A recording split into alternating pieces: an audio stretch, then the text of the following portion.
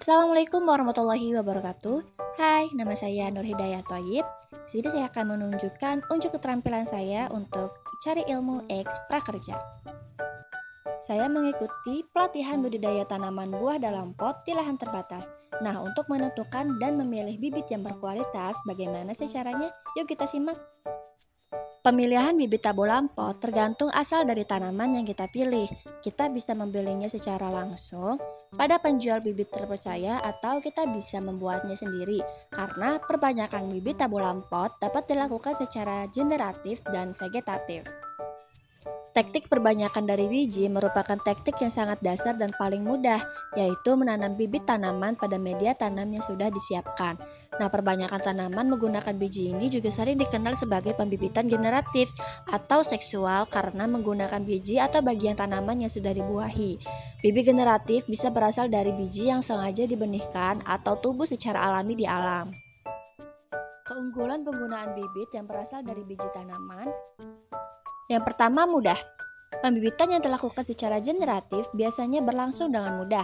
Biasanya hanya meliputi pengeringan dan perendaman untuk mempercepat biji tumbuh serta melindungi dari serangan penyakit. Yang kedua, menghasilkan varietas yang baru. Perbanyakan bibit yang dihasilkan secara generatif biasanya bisa menghasilkan varietas yang baru dan tidak membawa sama sekali sifat induk. Yang ketiga, bibit generatif cenderung bisa berumur panjang. Nah, tanaman yang dihasilkan dari bibit generatif cenderung bisa berumur panjang karena sistem perakaran yang kuat dan tidak mudah mati saat musim kemarau tiba. Kelemahan penggunaan bibit yang berasal dari biji. Jika biji yang ditanam mengalami masa dorman, waktu yang dibutuhkan akan lebih lama lagi. Benih yang dorman harus berada dalam situasi dan kondisi yang cocok untuk pertumbuhannya. Bibit dari perbanyakan vegetatif. Kelebihan dari teknik perbanyakan tanaman secara vegetatif adalah menghasilkan tanaman yang memiliki sifat yang sama dengan induknya.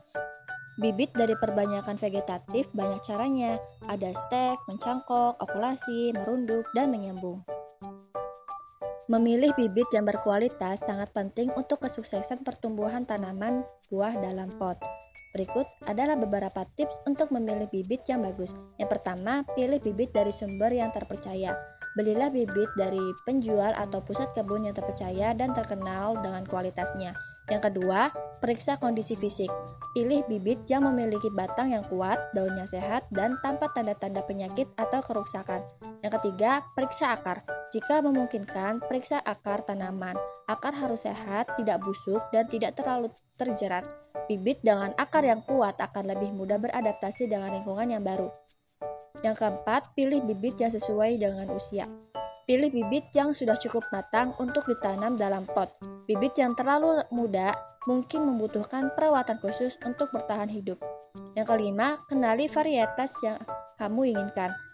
Pastikan kamu memilih varietas tanaman buah yang cocok untuk tumbuh dalam pot dan cocok dengan kondisi lingkungan kamu, seperti cahaya matahari yang tersedia dan suhu. Yang keenam, periksa sertifikasi. Jika memungkinkan, pilih bibit yang sudah disertifikasi bebas penyakit atau hama. Dengan memperhatikan tips-tips ini, kamu akan memiliki peluang yang lebih baik untuk memilih bibit yang berkualitas dan meningkatkan kesuksesan tanaman buah dalam pot kamu. Terima kasih.